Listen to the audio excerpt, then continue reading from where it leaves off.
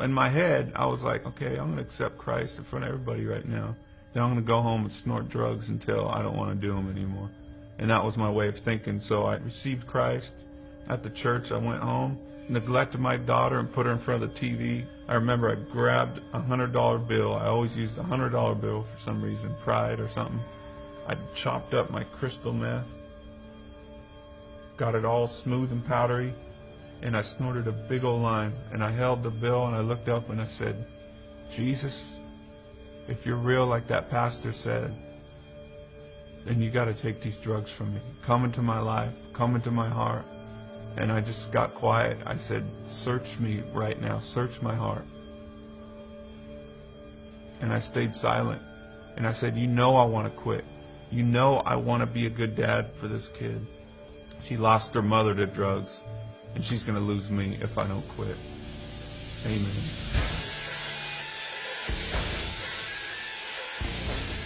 There's a high when you go on stage and you see all these people like just loving your music and loving you and stuff, and there's these girls and all these people going worshiping me. When you see all those people just going nuts for you, it's like, you know, it puffs you up inside. You're like, you know, I'm important. That's where drugs can creep in, and, you know, cocaine or whatever, methamphetamines crept in, and it all came from after drinking for me and my friends. And it seems like fun in the beginning. It's a lie, because it turns around on you. It starts to wear on your personality, starts to wear on your relationships, and everything is affected by it negatively. Everything.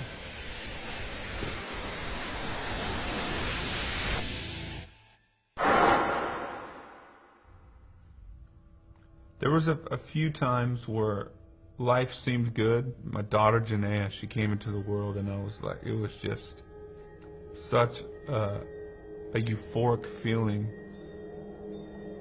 I thought my life could just feel like that forever, you know.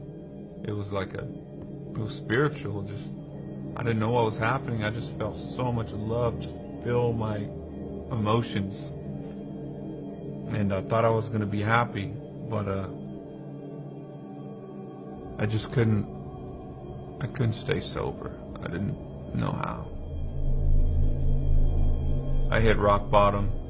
I had swore that I would never do methamphetamines again, because I saw what it did to my child's mother. It just took her feelings away and made her leave her kid. I just wanted her dead.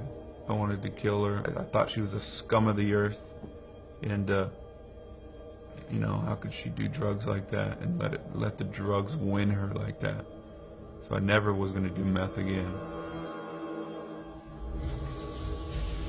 I ended up with a everyday crippling addiction to methamphetamine, and everything that I said about my ex-wife came true for me. I sunk to the lowest gutter I could ever think of. I would spend time with my kid, and I would still be on it because I needed it to function. I'd get up in the morning, have a peanut butter and jelly sandwich and snort meth, and then take her to school or whatever. It was just, I was a junkie. I started losing my mind. This guy would show up at my house with like a gun and stuff. And then I ran out in Europe, had my drug dealer just crazy send me drugs through the mail. I'd be tweaked out in my hotel room watching this package come from the U.S. It was just nuts. My life just was like spinning out of control. Janaea had come out on one of the tours in the U.S. I just remember her skipping around the house singing one of our Korn songs called Adidas. All day I dream about sex. And I'm like going, what am I doing? I'm a junkie.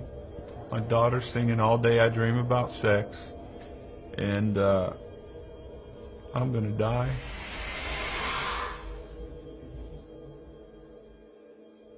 Father?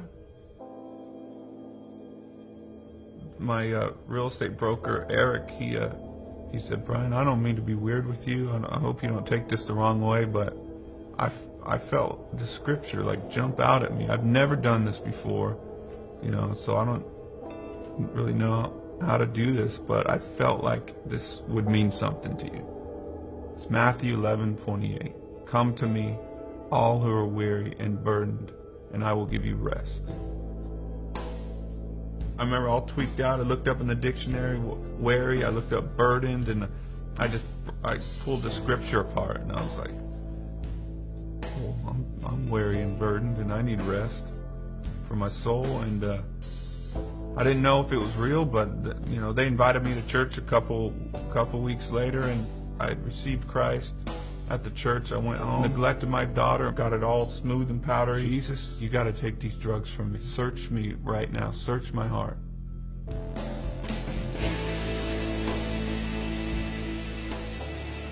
Father. I felt so much fatherly love from heaven, and it was like, I don't condemn you. I love you. I love you. It was just love, love, and instantly that love from God came into me.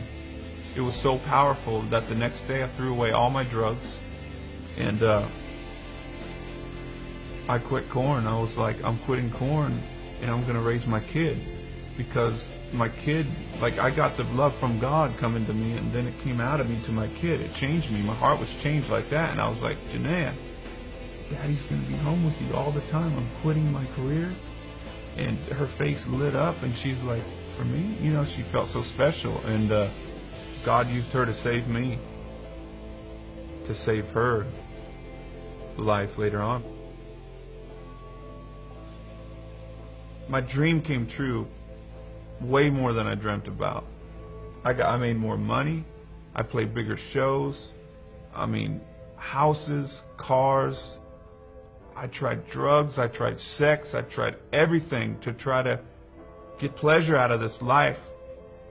And I thought that I could fulfill my life with all this stuff by having my dream come true, and it came true. But it didn't fulfill it. When Christ came in, that feeling, he gives you the gift of understanding life, which is everything was created for Christ and by him. And we're created to be with him.